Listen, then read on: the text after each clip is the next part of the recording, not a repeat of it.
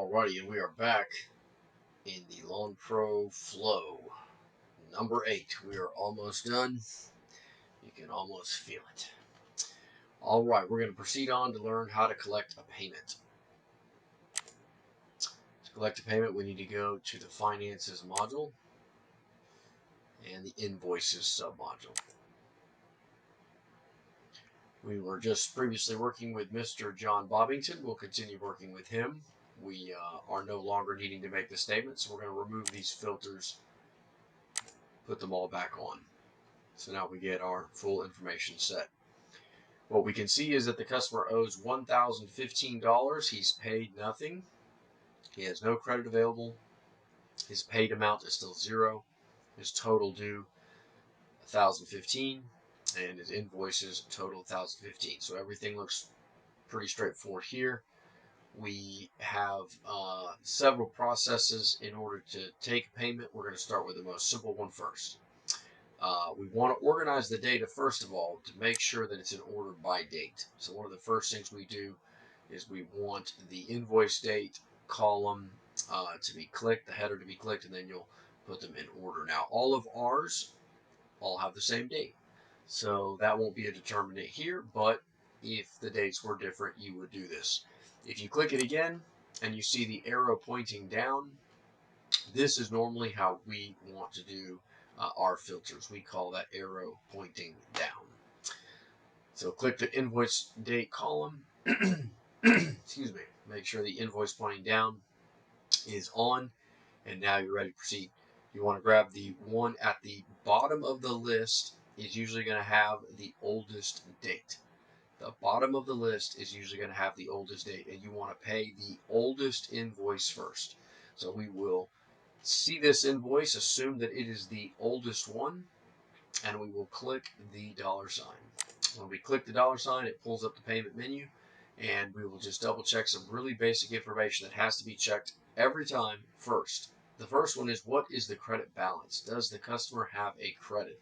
Please do not continue to do anything else before you recognize whether or not the customer has a credit. If the customer has a credit, you know that it's a very high likelihood that that credit is supposed to be applied to this payment. Now, that's not always the case, so you're going to have to research it, but do not get beyond the credit balance phase and not notice that they have a credit and then charge the customer in the sense that you would be overcharging them by not having applied their credit balance. So please take a look at the credit balance first, then move on to recognize what the total is, whether or not there's an amount paid. Take a good look at this entire area before you proceed to actually charge the card or collect on the ACH or post a payment, however it may be. So this is for Mr. Bobbington. It's applying to this particular invoice. If he had a list of invoices, I can just choose all of the invoices that I would want. So if I wanted to pay a different one, I can just do it from here. But for all intents and purposes, we're going to go in order. And this one is the 55843 invoice. I'm looking for 55843. That is the default. That's where it was. I will leave that alone. Most of the time, I will not touch that. The date is not going to change. The day you pull the payment is the date, for all intents and purposes, that should be in this field. So this field never needs adjustment. The amount that you're going to pay will almost always be pay invoice in full, unless perhaps you're doing a secondary payment on an invoice that already had a deposit paid. You will hardly ever receive a tip, but if someone wants to leave a tip, this is where that would be left. And then the payment method, this pull-down menu is easily the most important one. It takes a large amount of focus to make sure that you do not choose the wrong one. The software has not iterated these choices in any kind of a distinct way, so it is very easy to accidentally choose one or the other. 9 times out of 10, credit card is the one you want. It would have been great had that been the first menu on the, or the first option on the menu, but it is not. It is the third. Oftentimes, you'll also be using check. Oftentimes, you'll also be using customer credit balance. Sometimes you'll be using ACH bank transfer. At other times, direct debit. At other times, electronic funds transfer. At other times, business checking. So there are at least 7 or 8 different versions that we'll be using here, but for the purposes of this video, we will just choose credit card. Now, he does not have a credit card on file, which is what it's displaying here in this gray box. You will always take a look here, and you will be able to see information about the banking position of the customer. Do they have a credit card? Do they have an ACH on file? If they do not, you will see this gray box. If they do have either a credit card or ACH on file, you will not see the gray color. You will see a different color, and we'll demonstrate that at a different time. And it is also reminding you that no matter what you do here, you are not going to charge any card or bank account because the customer does not have it on file. So most of the time, we'll talk about all the different variations that can occur at this point, but if they don't have some sort of method of payment on file, you obviously wouldn't try to add the payment. That would be the bottom line. There are some instances that you would still add payment, and we'll review that at some other point in time. For example, had someone paid with a check. If someone had paid with a check, of course, they're not paying with a credit card or ACH, so those are not on file. For this example, we're going to switch over to check just because we can actually take care of that now. And the payment's going to be for $203. There is no tip. We're paying in check, and usually a check number will be displayed here. This is the last 4 digits. We'll say they're 4005. And that is all. We will add the payment, and you get a little bit of a receipt summary screen, and then you return back over to the invoices list, and we'll be able to see that now there are only 4. If I wanted to see that 5th one, and this is part of the process, you need to double check your work, you will click this paid button, and when the paid button is grayed out, that means it is selected, and so the visibility of anything that is gray is what you will display. So if you can see this displayed as gray, you will see in the visibility paid invoices. You're seeing right now draft, pending, past due, partial, paid, and written off invoices. Any invoice in this category are all being shown. You cannot see the deleted. You cannot see the archived. You can see the ones that are active. If you wanted to see all of them, you could click any. And then, of course, there's also the sending filter, where they sent or not sent or any. Various other filters, and, of course, the customer's name. In any case, we have paid the one. We're going to pay the second one. We will hit the $sign. We will hit paid in full. Of course, we've already reviewed. The customer does not have credit balance, does not have amount paid. Number 3, this is the invoice, no tip. This is the date, and the method of payment this time will repeat the check. And this time, instead of 4,005, it'll be 4,006. And there they are. And we do like to use the $sign. And we will hit add payment. And we will hit return to invoices and return back to the list.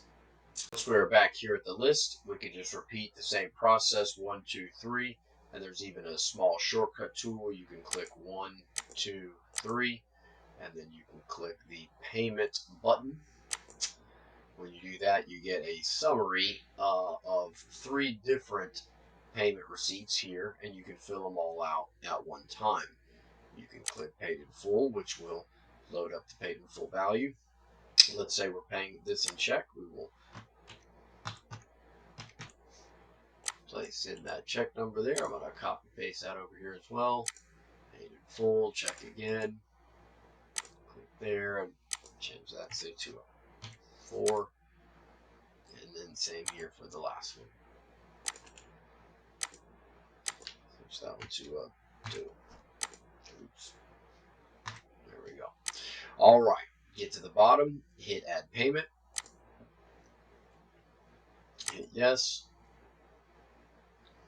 And now all 5 of them have been paid. Last but not least, I need to send these to the customer. I can use the select all tool. And there are 2 options here. There is send by and mark as. And then mark as has a sent by email. We want to send by email. We want to actually send them to the customer. If for some reason we didn't, and we only wanted to mark them as sent, we would use mark as sent by email. However, we want it to actually be sent by email. It will say, do you really want to send them by email? Yes, we do. Once they are sent, you will get blue boxes here along the right. The status will display paid as well, and you will have closed out this individual all the way through the flow process. We are going to do one last item. We're going to go over to the payments submodule, and here in the payment submodule, you'll be able to take a look of review of the payments that you have just taken. I'm going to cancel out of this filter for that one particular invoice, switch this over to customer, and I'm going to type in our customer, Mr. John Bobbington. Here I will be able to see all of the payments that we made with Mr. Bobbington, including one refund, in essence, a cancellation of this credit card payment that I made. But you can see all the payments here. That's 1, 2, 3, 4, 5. The details of the payment can be seen here. Who did the charging? In the notes, this is where I entered in each one of those check numbers and just a slew of information. If I needed to see each one individually, I can click the hourglass sign and then I go back to the receipt. If for some reason I need to edit the payment notes, I can also edit the payment notes right here. This will take me back to the invoices list, and that concludes how you take a payment, and that closes up section number 8, how to collect a payment. Thank you very much, and congratulations, you've made it through to the end.